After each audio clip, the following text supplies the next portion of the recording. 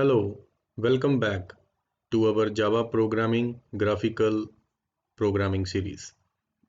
We have gone through the third videos where we learned how to write a small applet in Eclipse, then using a frame so that it can run with main method. Then we see how to add event handling. In this video, we are going to cover layout managers. So before going into, let's look at what are the layout managers. So basically layout is a graphical term which is used to organize graphical components in a container. If we talk about a container is a frame. And in the frame we can add various graphical components like button, text box or text field, text area or radio button, checkbox, etc. Those are the components. How those are organized in a container, that is taken care by the layout. And in Java, there are various layout managers which we can use to organize our components in a container. Here we will discuss the 3 to 4 types of layout managers: flow layout, border layout, card layout, and grid layout. In the flow layout, we will see how the components are organized. The components are organized from left to right, just as we are writing on a page in our notebook.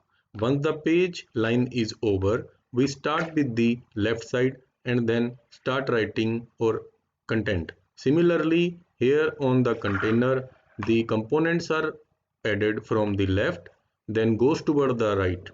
Once the boundary of the container is met, we go to the next line. Then there comes the border layout. In the border layout, we divide our screen virtually into 5 parts, where 4 sides are up, down, left, right, which are named after the 4 our directions like west, east, north, and south, and in the one center there is the center. Okay, so we can place the components in any one of the area. We will see that. Then there comes the card layout. In the card layout, we can place multiple components in a single display unit. On click of a single, we can move to the next component. It looks like just our book. If we have one page open, if we turn another page comes in like that.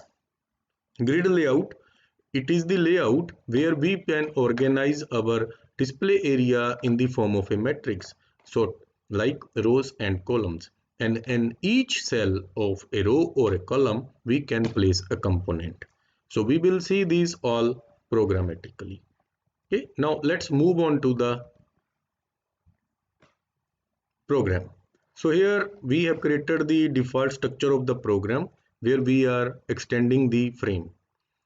So we will be now using how to create a flow layout example. So we will be taking some portion here from the flow layout. So here in the flow layout, we will demonstrate the 5, you can say, buttons that we want to display on our applet. Okay. So now let's move on further. So I'm just copying these so that we can have less time for this. So we are going to create the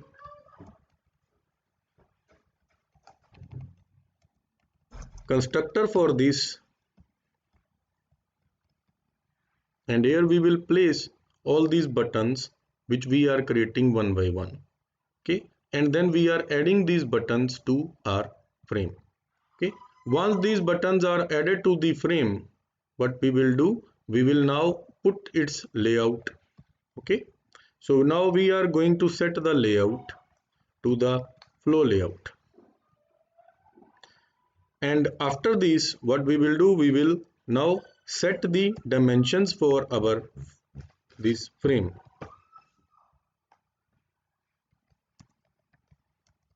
So here we can set the dimensions to any value of our choice, and then we have to make it visible.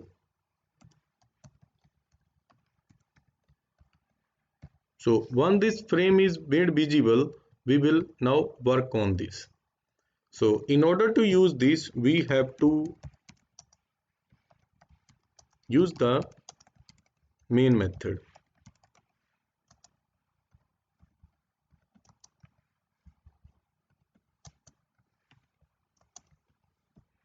And here in the main method, we will create the constructor of our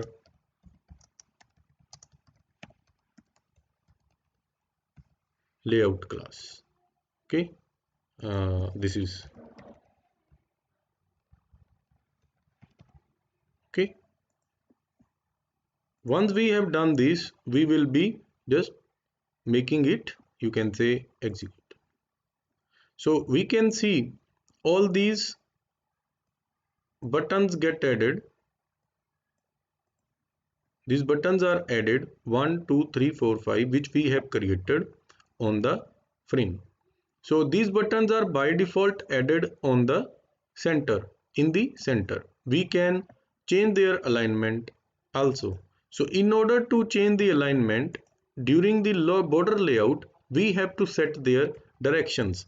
So we can set their direction based upon some given constant kind of values.